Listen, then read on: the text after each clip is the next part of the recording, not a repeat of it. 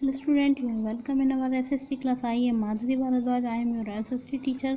Today we will continue our chapter number 10, our environment. In chapter number 10, today our topic is domains of the natural environment. Natural environment है the 4 domain. 4 domain होते हैं और the real lithosphere, hydrosphere, atmosphere and biosphere. सबसे पहले हम देखेंगे lithosphere. Land is the solid crust. जो land है वो सॉलिड क्रस्ट है. The hard top layer of the earth. Earth की सबसे ऊपरी सतह है जिसको कि क्रस्ट कहा जाता है. It is made up of the rocks and minerals. ये रॉक और मिनरल से मिलकर के बनी हुई होती है. It is covered by the thin layer of soil. ये सॉइल की पतली लेयर द्वारा बनी हुई होती है. It is in the irregular surface. इसकी जो सरफेस है वो इरेगुलर होती है with the various land form such as the mountain, plateaus, plains and valleys. It provided the forest. ये फॉरेस्ट, ग्रासलैंड और जो ग्रेजिंग लैंड, ये सब कुछ यही प्रोवाइड कराती है. Agriculture and human settlement, mineral and the industries, ये सब कुछ यही प्रोवाइड कराती है. सेकेंड डोमेन है हमारा hydrosphere. The hydrosphere is the part of the earth surface which consist of the water bodies. जो हाइड्रोस्फीयर है वो अर्थ सरफेस का ऐसा पार्ट है जो कि वाटर बॉडी से मिलकर के बना हुआ होता है, जैसे lake, river, seas, ocean and solid ice, glacier and ice sheet, ये सब इसके अंतर्गत आएंगे. It occupy a major part of the earth surface and it has the importance its own. इसका अपना एक इम्पोर्टेंस होता है. More than the 71% of the earth surface is covered with the water.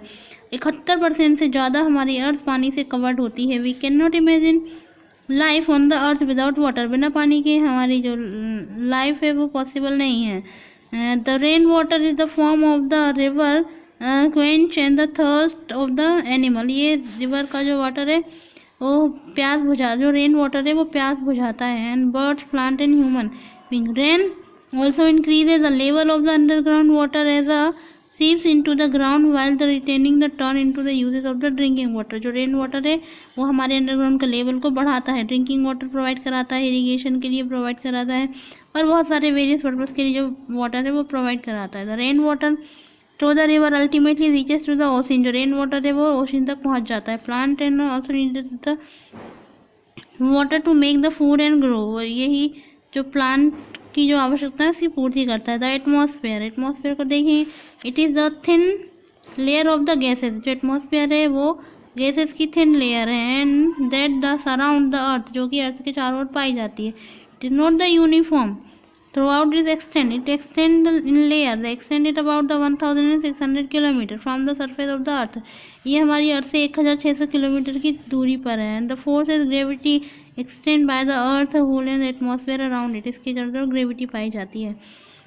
इसके बाद है the biosphere. The lithosphere, hydrosphere and atmosphere, मतलब land, water और air are made up of the non living mass. Non living चीज़ों से मिलकर के बने होते हैं. While the biosphere is the sphere of the living organism. जबकि जो बायोस्फीयर है वो लिविंग ऑर्गेनिज्म का स्फीयर है. It is found where the lithosphere, hydrosphere and atmosphere meet. ये वहीं मिलते हैं जहाँ पर हाइड्रोस्फीयर, एटमॉस्फेयर, लिथोस्फीयर मिलते हैं. And interact with each other, और एक दूसरे को सपोर्ट देते हैं और यही लाइफ का सपोर्ट कहलाता है. And it is the narrow zone. ये एक प्रकार का नैरो जोन है. About the 24 kilometre in the thickness. इसकी मोटाई लगभग 24 किलोमीटर तक होती है. Which extend a little above the below surface of the land and in water and air. And its existence has the made up of the earth unique planet. इसलिए अर्थ को एक solar system का unique planet कहा जाता है. The living organism and the biosphere are very greedy in the size and shape. The variety of the life on earth is called the biodiversity. इसको ही biodiversity कहा जाता है.